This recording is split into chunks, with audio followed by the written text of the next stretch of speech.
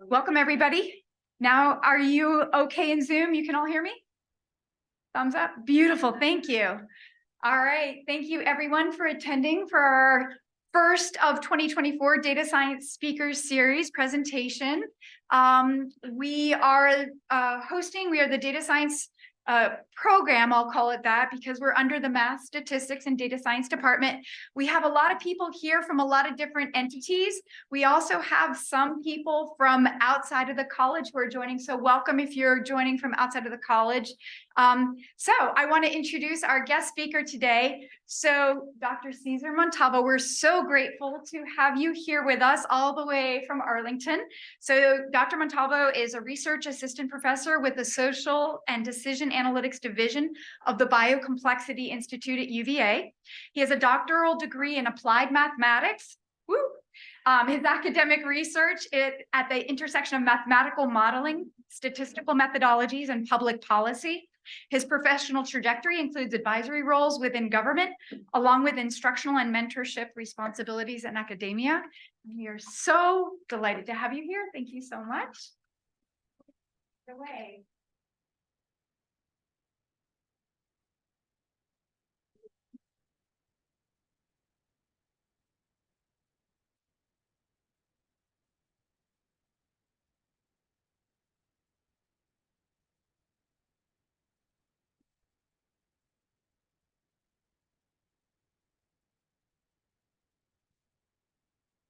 Hello, yes. Good afternoon, everybody. Thank you very much, Professor Rachel Saidi, for this invitation. I'm really very excited and glad to be here and to share, this project that has been taking, for over, I think, 1 year. And yeah, thank you very much to you all and the people in Zoom that are with us. Please, I would like this to be more of a conversation. If you have any question, right, you can just raise your hand and we can talk over any problem, issue, concern, or you can just leave it, the question to the end of the presentation. So we are going to start. They told me just to click this part. Yep.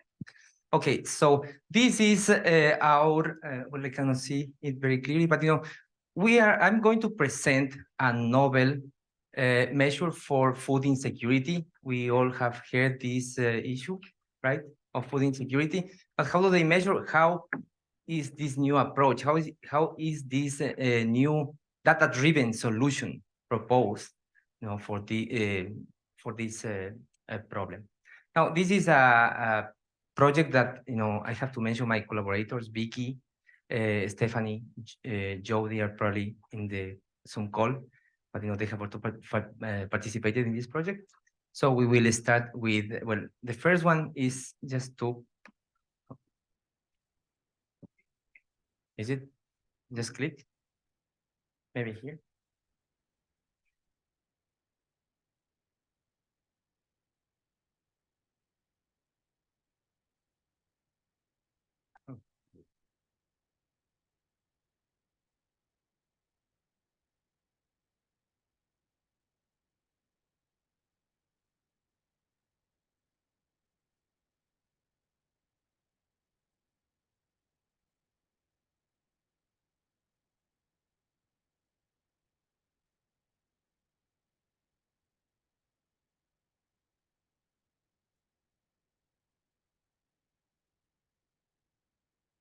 Okay. Thank you very much. Okay, so the first one is just to bore you a little bit. I will tell you something about me. Well, I had the opportunity to complete my master's degree in economics at Iowa State.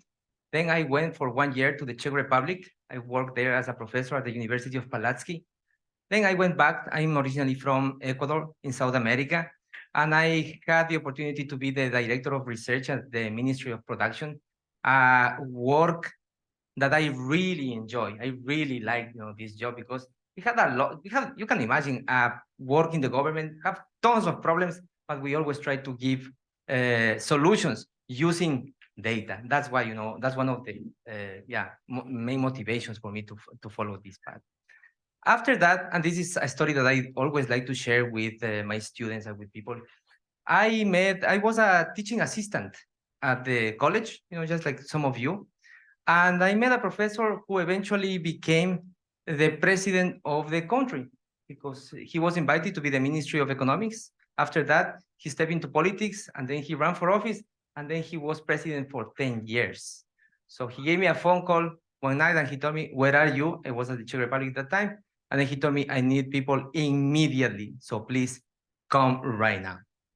So I worked with his office for 5 years. And finally, after this experience, I was accepted at Arizona State, and I completed my PhD in applied mathematics. And I also work now at the Mathematical Theoretical Biology Institute. I'll share a little bit more about this.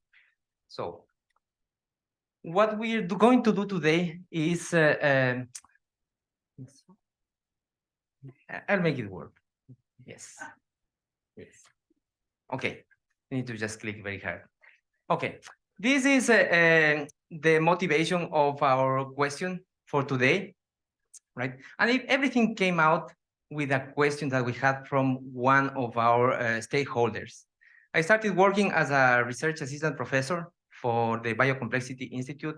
They have offices in Arlington, Virginia. And one of our counties, we worked with Fairfax County at that time, and they had, a question because they had, after COVID, several resources to help families, right? And the main concern was, we know that out there are families in need. We have these resources.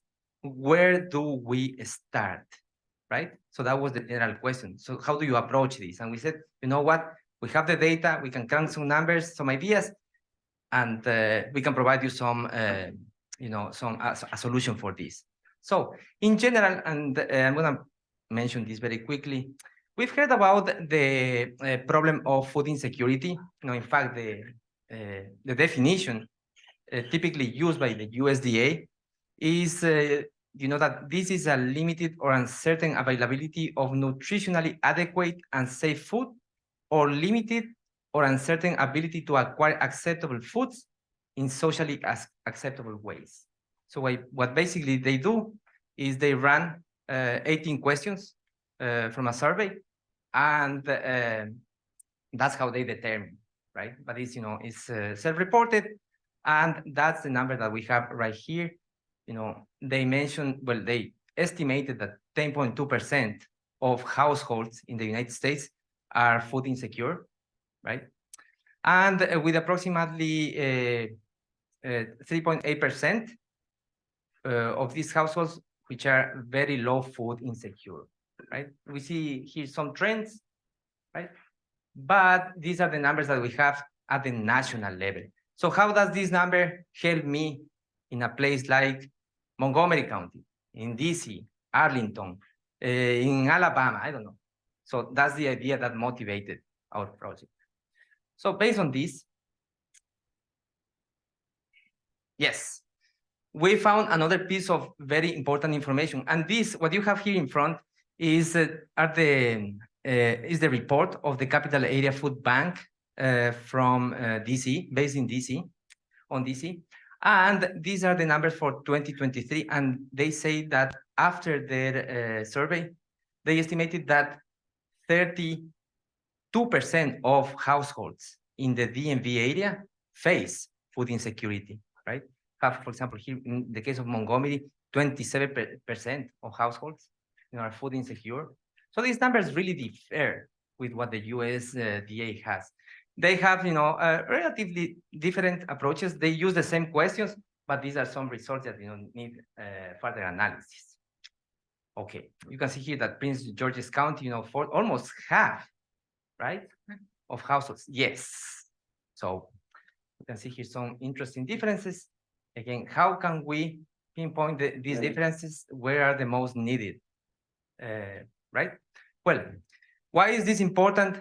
We know that a family who face food insecurity typically often consume a nutrient poor diet.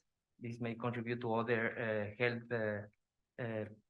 problems, right? Obesity, heart diseases, hypertension, diabetes, etc. These families also face difficulties in managing diet-related chronic conditions, We have, again, cases of type 2 diabetes, very high calorie, nutritionally poor foods, high in carbs. It might delay needed medical care to buy food or simply underuse medicine. You stop, purchasing your medicine. And this can result in avoidable hospitalizations. And also these families may experience malnutrition. Okay, these are just some references. But here, the point I want to make with this is that food insecurity is the face of a nutrition quality gap that represents the health inequity. Okay, why do we want to measure food insecurity in a new way? Because we are convinced, we are people of data science, right? Applied mathematics. We are convinced that indicators inform action. So we want to understand smaller and specific geographies. I know the national level. I want to, can I make a number for the state? Very useful. Can I make a number for my county? And even more important, can I make a number for my neighbor? Okay, that's what we're going to explore. Account for household composition. I might be a single person, but does a family who is a single parent family with one infant and one teenager face the same problem if we have the same, let's say, good salary, right? Yes, we want to explore that too. And acknowledge that income and cost of living differences exist. We're going to use it as a predictive tool for food insecurity, right? What happens if we have another event where food is going up, where housing is so expensive? We can explore that too. And here's a very important point. We speak in, let's say, black and white, right? We say food insecure or food secure. What about that group that is at risk, is on the verge, right? Is on the cliff. We don't know anything so far about them, but we are going to try to explore this group too. And finally, we know that there is a lot of money, a lot of resources for SNAP, right? The Supplemental Nutritional Assistance Program, food stamps, with also temporary assistance for needed families. But can we improve the delivery of these programs, right? Okay. Then what did we do? And this is one of our first steps, right? So pulling information from publicly available sources of information, we constructed a model that if you see in front of your, screens, this is what typically you are thinking next month, right? You need to pay for your food, you need to pay for your housing. I have to drive, I pay for transportation, I have children, I need childcare, healthcare, internet, right? And nobody escapes from taxes. Over there, I also have to, buy some cleaning supplies, etc. So we recognize the expenditure, an expenditure model first, right? And pulling information from, you can see, from the USDA, I have Feeding America, the Department of Housing and Urban Development, Marketplace, Women's Bureau of the US Department of Labor, etc., right? I bring these resources, I recognize the micro geographies, and then I come up with my story. So, in a tablet, this is a summary of our model. What is the novelty in our model? That first of all, we consider small geographies, and by small geographies, I mean census tracts, and also the household composition, as we will see. Now, for household composition, you're gonna see in the following slides a 6-digit number. And this 6-digit number represents the composition of the household. It's just, for, let's say, for reference. So the first position is for an adult, then teenager, schooler, preschooler, toddler, and then the final number is an infant. So, just to give a quick example, if I have this number 2110010, means that, this is a household with 2 adults, 1 teenager, no schooler, no preschooler, one toddler, and no infant, no baby, right? Okay, this is important. What else did we have? Okay, this is the boring. Slide, and why? It's because I have to present it. But these are basically the assumptions. No, it's very important to to mention, and all of this is captured in a paper. You know that actually that it's well, I cannot say it's about to be published, but it's under revision. So fingers crossed. So well, I will go just over the food component because for the food we took the information from the microdata. That's census, that's the IPOMs. And per month, we open the information from the USDA, the low cost food plan. We assume that it's 50-50, miti-miti, women and men. And the ages of the child, you can see there, I'm not going over that.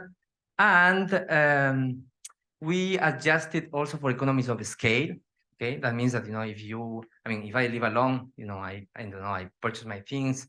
It might be more expensive for me rather than a family of 4 to buy the groceries, right? Why? Because first of all, they might use it all. Sometimes I let my bananas and lettuce go bad, right? That's more expensive.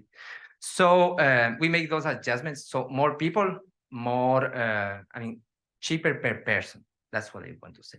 Okay. So these are the assumptions in case you have any question later on. And these are all their references. And as we said, we just pull information from multiple sources of information.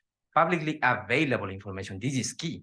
So if you want to replicate this, everything is there, right? That's the power of the, yeah, exactly. So, okay, next. Now it comes these 4 steps to complete our statistical exercise. So what we did here first is an exercise in the District of Columbia. Now we recognize the 5 PUMA areas, the public use microdata areas. Just as a reference, this is the lowest level of information that you can have using census information. It has at least 100,000 people, and we use those 5 areas, right, in DC. And based on this composition, we went and pulled information from the Census Bureau. Now, what did we get here? You can see, well, I don't know if this has something to point out, probably. Yes, well, but you might not see if you're in Zoom. But in this part, you can see that the number of households, and this census tract has over 1,000 households. And in this census tract, I have the families distributed according to their income, right? So actually, there are a lot of there are more than 240 households earning between 100,000 and 150. So, and I can see these, over different categories, right? And on the other piece of information is the household size. So I know that there are a lot of probably, I don't know, young couples and single people here, right? But these are the numbers that I have. So having this piece of information, the yellow, right, the column at the end, and the household size, the blue column, the U.S. Census Bureau does not present this information. So making use of an iterative proportional fitting procedure, we just fill this table.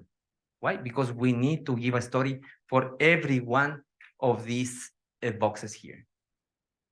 Okay? Okay, how are we feeling?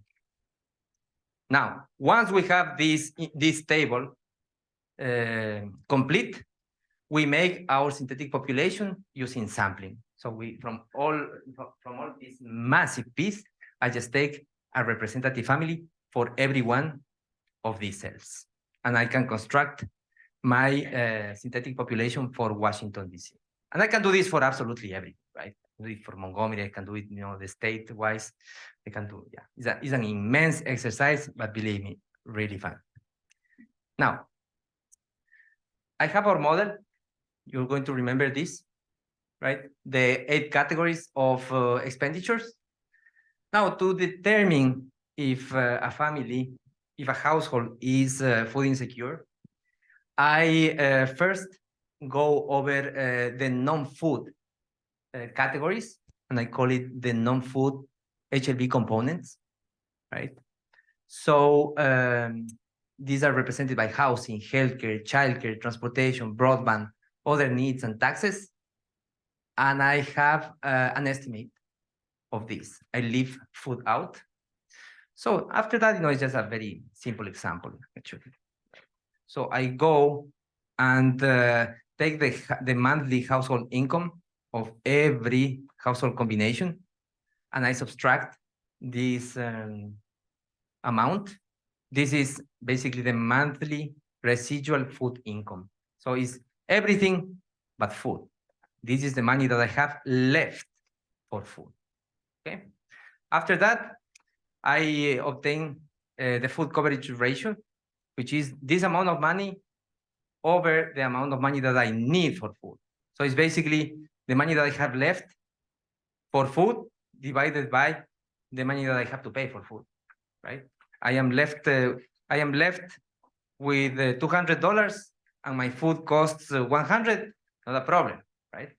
But if I am a student, a graduate student at Iowa State, I have left $50 and my food is 80. Problems, right? Yes, I hear somebody laughing. Are there some stories there? Okay, and with this idea, I just have over a line the definitions. So I consider a food secure household if the food coverage ratio is above 1, right? The higher, probably the better, right? And if it is below 1 until -2, I will call it food insecure. These people have problems paying for their food. And if it goes beyond, less than -2, these families are probably in the worst care situations, right? Yeah, we will call them the severely food insecure households. All right. So with this idea, we go and see what happens, what are some of the results that we found. So on the right side, you have a distribution of the food coverage ratio for Washington, D.C., year 2022. And what we see is that approximately 34.4% of households face food insecurity. Okay. Now, if you recall the number from from NORC and from the Food Area Capital Bank, they estimated 35. Okay. These are completely different approaches, but this gives us an idea and some, at least a reference for validation. Okay, or at least for comparison. Okay. Now, 22% are severely food insecure, right? And 12% face food insecurity. Okay. So these are just the initial, the big picture. Now, this is one of my favorite results. And how I like to see this is, it's just, again, by pieces. So on the x-axis, I see the number of food insecure households in general, both, severe and food insecure, right? And on the y-axis, you can see the percentage of those groups that face food insecurity. So for example, once again, I'm just gonna make an example with this one, okay? The 210,000. So I know that I have here 2 adults, right? It was 2 adults and 1 teenager, right? So I'm saying that in DC, there are approximately 2,300, yes, 2,300 of these families, households. and approximately 45% of them face food insecurity, right? I go and I take this case, right? The 201, so I see two adults, no teenagers, but one schooler and nobody else. Okay, and I see that they have approximately the same number, but more than half of this group of households face food insecurity.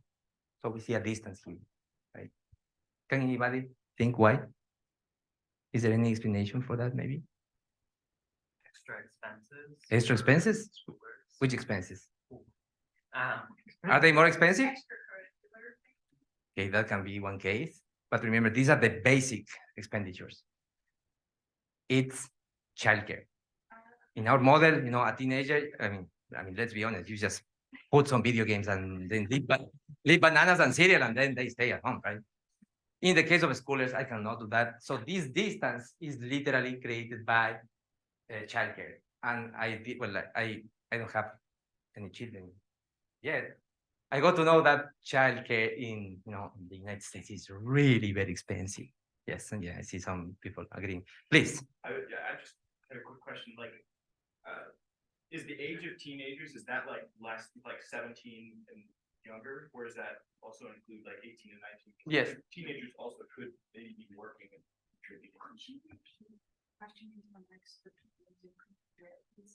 Yes. What's your name? Excuse me. My name is Lee.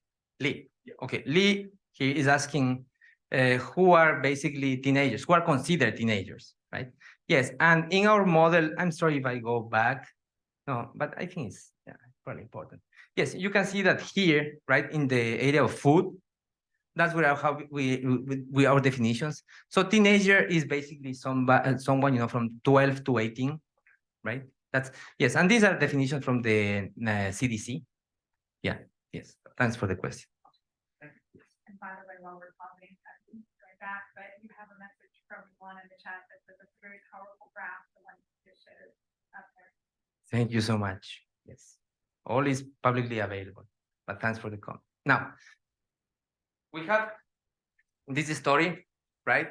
We can find, and we can find the geography. Where are these families located, right? We can just use a different graph. Now, we can see now that there is a difference with the orange spots, right?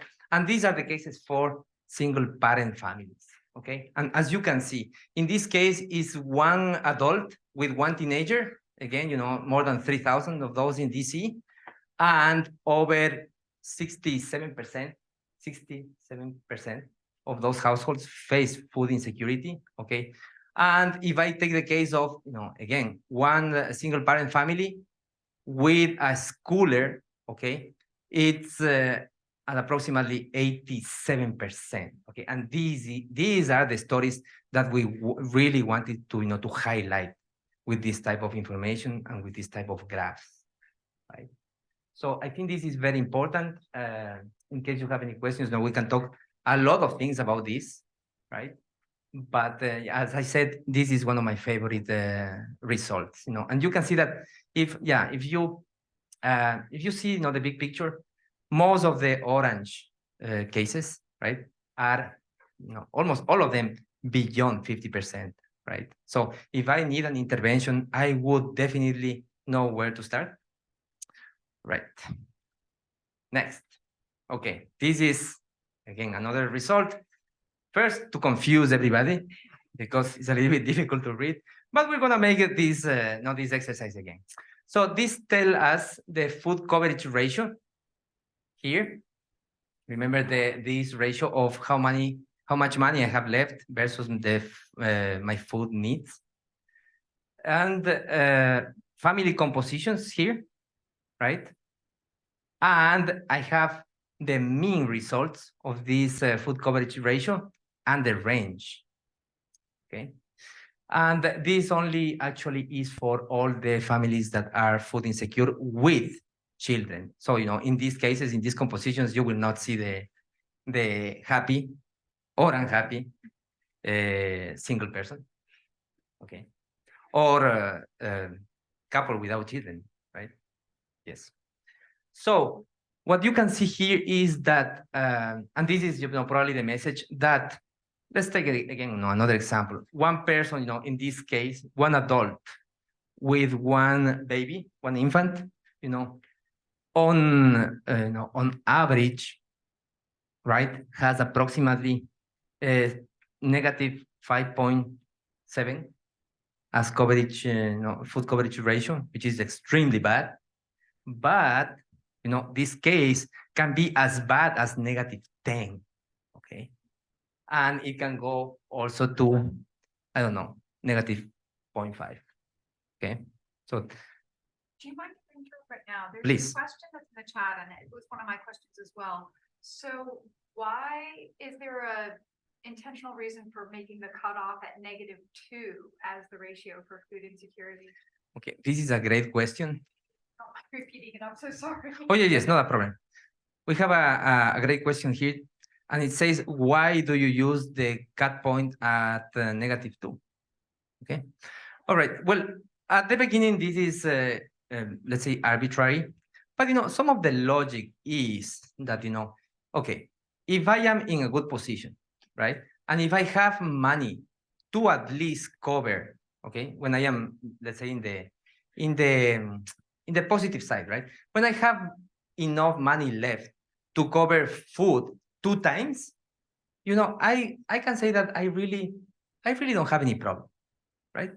Yeah, even I have an unexpected expense, but I can pay my food 2 times, okay? If I have the money. Now, on this side, we apply probably the inverse idea, right? But here is, I'm so glad that, we are bringing this question, because as I'm saying this, in this exploratory exercise, we set it at 2, but now the research question is, what is the level, right? So we can think, about, again, a new data science research for Montgomery College, right? Where we develop and where we optimize these numbers. So we move this line, right? And then we finally say, you know what? The best way to do this is such and such. And this line should be -1, right? If we want to maximize these variables, or if we want to benefit certain type of families, right? Because that's what you do in public policy. You cannot, you are not 100%, you cannot come up with a 100% technical answer. You need to, put your decision as a decision maker at some point. But, the important part is that here we have the information, right? Yes. So that was a very long answer to say, for now it's arbitrary. Let's work. Let's improve this. Yes. Okay. So let me see. And on this side, I don't know, this figure is really loaded with a lot of things, right? And we included the number of the households here. So we can see that the severity, right? And by severity, I mean the farther you are on the left, the severity increases when you have probably school-age children. That's the message from this graph. Questions? Okay, and finally, the map. We always expect maps, right? If we do a science, we love maps. So this is Washington, D.C. We see the food insecure households as a percentage of the census tract of total households. And in the case on the right, those are the severely food insecure households. Now, we see these, yes, you can spot the areas that are mostly affected by food insecurity, right? But again, from this information, it stood up that there are some spots, right, where you can identify problems, right? We know these are probably wards. I think that's how they mention. That's how they call in DC, wards 7 and 8, I think. Yes. That. I see.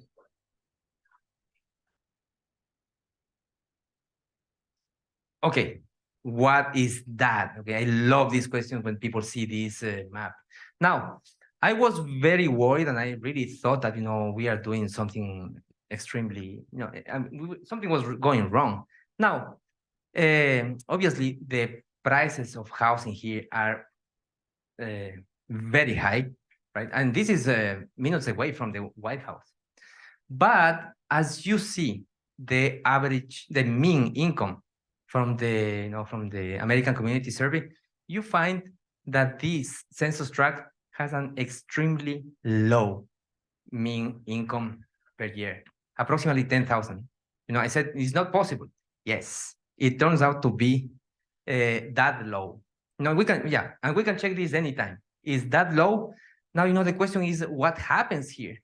So, well, I'm a big fan of biking. I really like to ride my bike.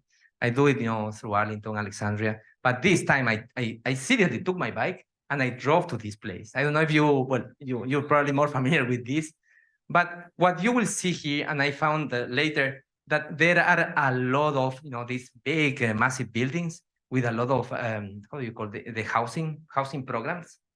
And that's, where you see a lot of in this area. Yeah. And, it really called my attention, but, a lot of people live there. Well, there are also a lot of businesses here, but, the American Community Survey takes the information from housing, from the individuals. And a lot of people here, are basically, very low income.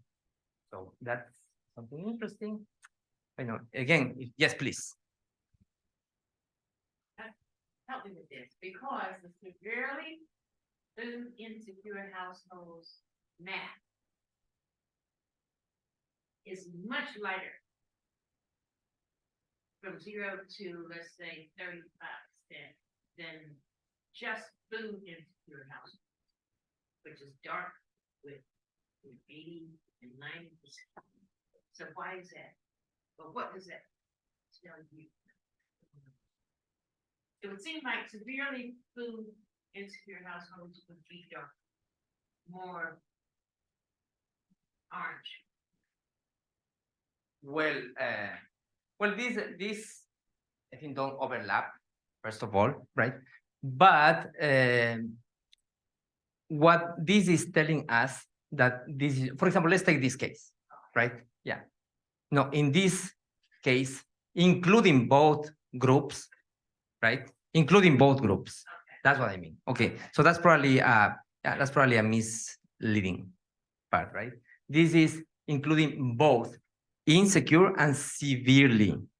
Yeah, but I just group both of these, right? That's probably the explanation. But yeah, thank you. Thanks. I have to definitely correct this. Yes. Yes, please. This is very interesting. Well, a synthetic population is, a reconstruction of the demographics based on, on the initial, let's say, guidances. Now, our initial guidance, the seed information that we have is that, there exists in DC. I'm gonna just make it that, 100 families, and 30 of those households are, single family. Okay. So we take this information and we just recreate with the information that we have. Okay, thank you. Yes. And that is for data privacy. Yes, that's correct. Mhm. Excuse me? Excuse me? Oh, that is for privacy purposes. Yes. Mhm. I want to interrupt you. No, please.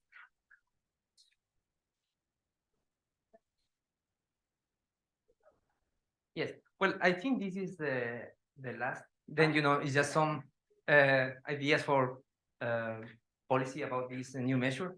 So this new measure provides us with a timely and cost-effective alternative, to approach a problem like food insecurity, and it may allow our local governments, right, to target specific areas that face food insecurity, right? Precision is very important. And also another very important thing, what are those families? How are they composed of those that are at risk of, those ones that are very close to the -2, to the 0, to the 1, right? And then finally, we can use this tool to help local governments to distribute benefits like SNAP or WIC, more efficiently in time. I think this is yes. Yes, please. All right, so the first question, actually, Juan Cruz, thank you very much for your questions on Zoom. So the first one that we're going to ask you, Dr. Montalvo, is could you go over how the iterative proportional fitting by census tract is produced? Yes, that's a technical question. I'm glad you're asking. I wanted to give a brief, overview. I'm sorry if I am doing this, but they can still look, right? Okay.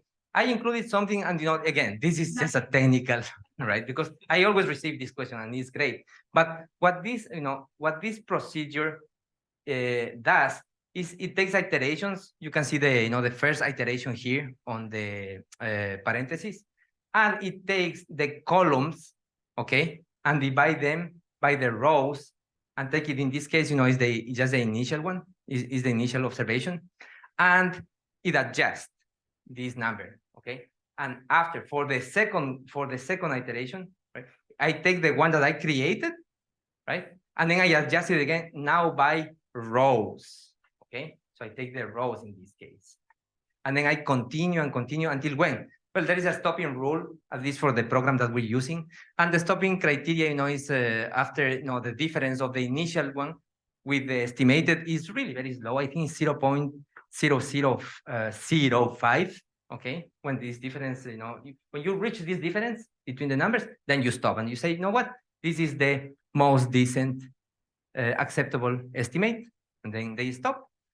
And yeah, if you give another twist, there are some other rules like you can do 1,000 iterations, but I think for now the iteration is when this distance is really very slow. Yes. I hope that helped. Yes. Thank you. And Juan also has a second question to the slide for the food coverage ratio range for household combinations with children. What populations could we prioritize if we were creating government investments? Would those with a smaller spread and further in severely food insecure? I'm reading it, so does that make sense? And Juan, if you're welcome to unmute and ask that better than I did.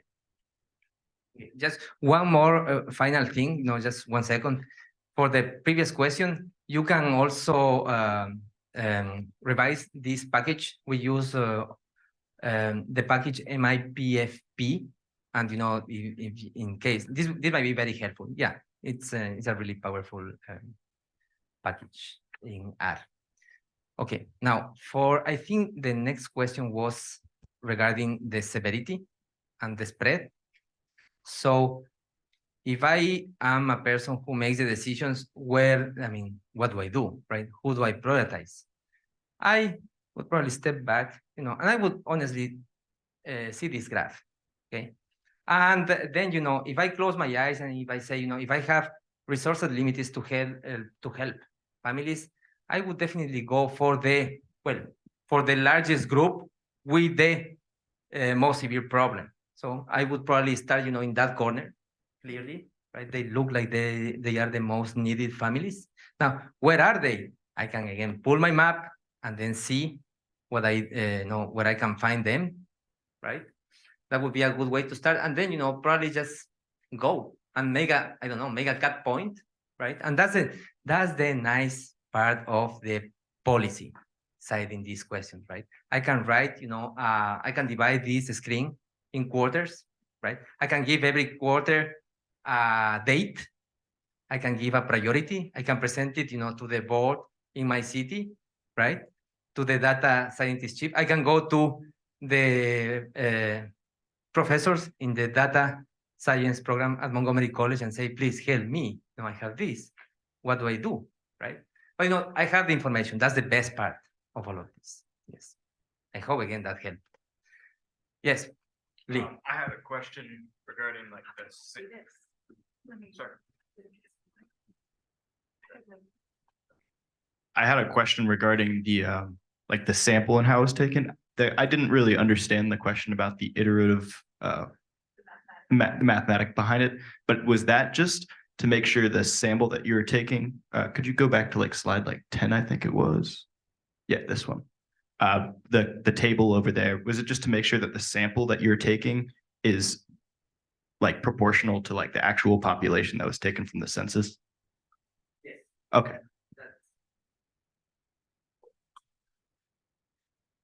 Yeah, that's correct. And again, why did we have to do that? Because, census, the American Community Survey, only reports the blue row and the yellow column.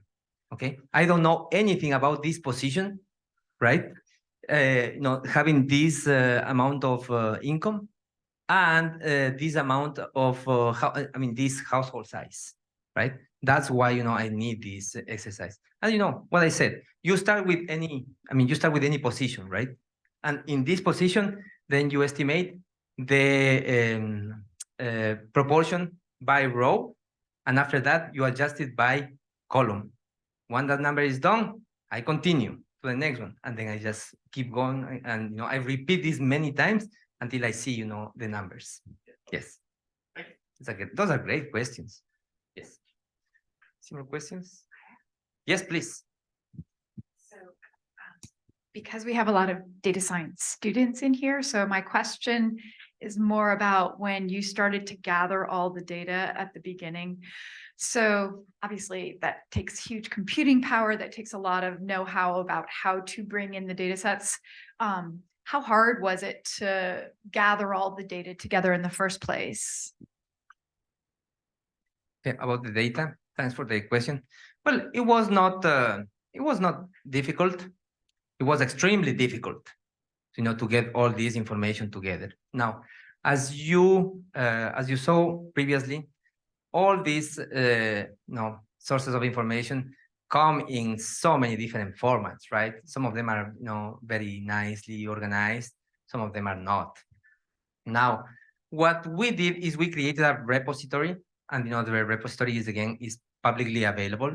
I know, and I'm going to take advantage of this question now to invite, right, our students interested in data science, because we created this repository and we pull everything together, both data and code, right? So we went one by one, and then we, for the case of USDA, it starts as a PDF. We bring it to be just a data frame, right? A spreadsheet, and after that we take the pieces that we require. So that's the code.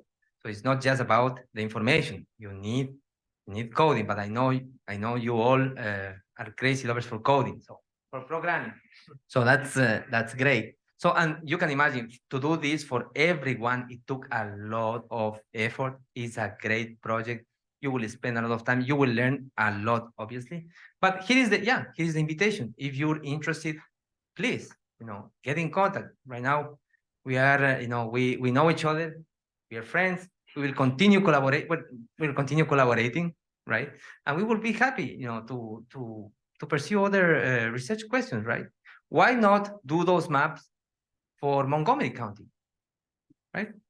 Is Montgomery County free of the problem of food insecurity? We know that no, actually it's 27%, at least, at the beginning. So I can share the repository. It's a GitHub repo that you can see. Yes, so you can see the code, you can see the detailed information. Everything is there. So I actually like very much the idea of the Montgomery College. Yes. Questions? Yes. That's okay. Okay, so from Natalia, number one is, when you were calculating the financial situation of a household, was it calculated for 1 month or for the last N months? And should I give you part two? Yeah. Okay, part two is there a possibility that some of the income was not included because people were afraid to tell about it in order not to lose the benefits? Okay, for the first part, well, what happens at 1 month, it happens also during the year, right? That's yeah, that's the short answer. Now, what is important is that all the values have been annualized, right?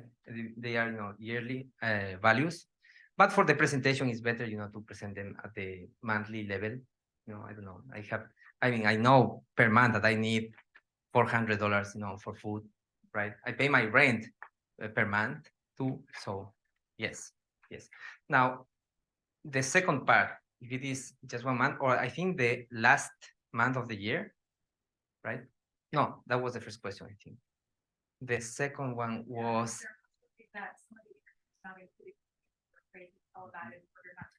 okay, yes. Now, this question, well, that's typically the problem that we have in the answers of a survey, right? Now, those the information about income comes from the from IPUMS, okay? And I just have to rely on the best response. But what I see and what I do is work with the with the sample size. That's what it really gives the power of estimation. And I can say I truly think that this is the estimate, right? So yeah. Now, if they I think you don't answer the question of income, because they are planning to um, uh, give you more or less food stamps, for example, SNAP, right? Yeah. Now, you might be receiving, income from, I don't know, from stocks or I don't know, from somebody gave you a gift or something like that. That is probably not included there. Yes. Lee, vamos. Sorry, I just keep on running around. I just had another question about how like the data was collected, like right here. If you, in all the different sources that you got the data from, was there ever like duplicates of like the same number that were conflicting? Like, I see you got it from a bunch of different sources, so it probably wouldn't have overlapped very much. But did you run into that problem at all? Like having two versions of the same number that were conflicting? And if so, how did you decide which number was better? Yes, that's a good question. I probably remember, that, let's see. Let me see. Yes. Yes. Well, okay, that might be a good case. Okay. But here's the thing. For internet, what we did is we conducted a very, a large exercise of internet web scraping, right? Now, you have different, let's say, levels, right? Let's say, you pay for the low cost plan, or then you have the middle one, or one has, I'm just going to make that. I don't really remember the details, but, one is 10 megabytes, the other one is 20, the other is 30. Which one do you choose? Okay. So what we basically did is we went, with always probably the simplest, we assume that people at least use the lowest one, right? In case of food, probably just similar. We just went with the low cost food plan, okay? And then but the rest, I think they're kind of clear. Where you will have the problem is when geographies use different distributions. Okay, not all of them use census tracts, for example. No, the housing department uses different areas. So how do you take this information, right, and you bring it down to the census tract? Okay, that's an immense exercise. The healthcare, for example, Healthcare, I don't know if you know these details, but this was one of the most painful ones because it's so complicated. If you go and estimate how they estimate, the payment for a family, right? They see your income, and after that they chop it, and after that they find your rating area. That's the name. So, but the rating area goes, over Arlington and parts of Fairfax. And after that, you have to present how many dependents, and based on that, you receive a subsidy. And from the subsidy, you pay the 30% of the second lowest price. No, it's a mess. But in the repository, I mean, we have really good guidances how you can see that. Another question? Oh, this is great. For this last one, because I think it is probably a pretty short answer for you. And then I will say after this last question, that will be it. But if anyone would like to get in touch with Dr. Montalvo, we will be able to connect you, and we'll be posting this recording as well. But Juan asked, I figure that these data sets tend to be updated at different cycles. I'm curious how often you think this analysis should be refreshed to get current measures of food insecurity in the future. That's a fantastic question. Some of the measures, for example, for childcare, will be only 3 years old. So we use the inflation. We adjusted this by inflation, by that specific category. Same thing for housing also. Well, for food comes immediately. But the rest, taxes are taxes.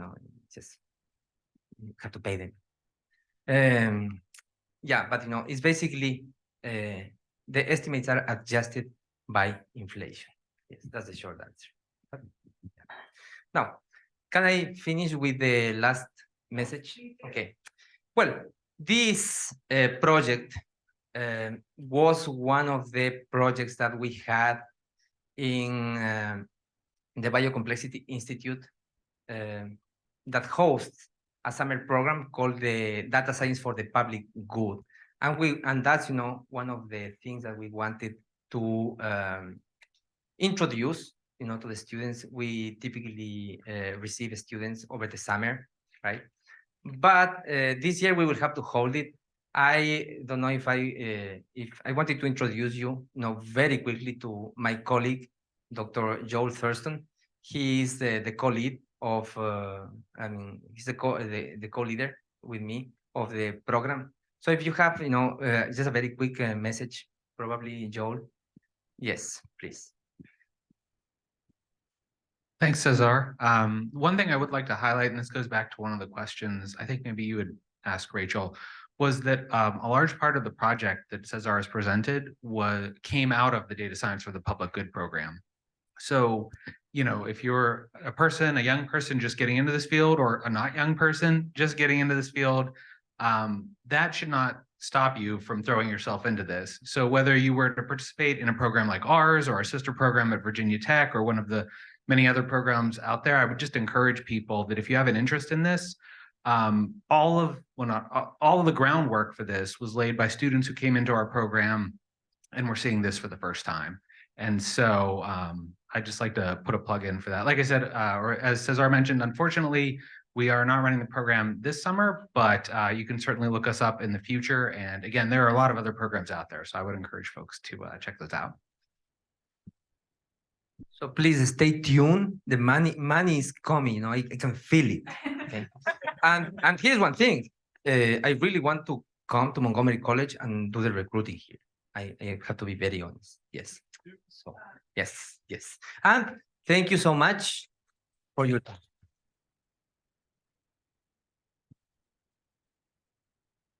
Thank you so much. This has been wonderful. So to everyone in Zoom, I'm going to end this, but for anyone here, you are welcome to have a conversation with Dr. Montalvo if you'd like. Thanks a lot. Bye-bye.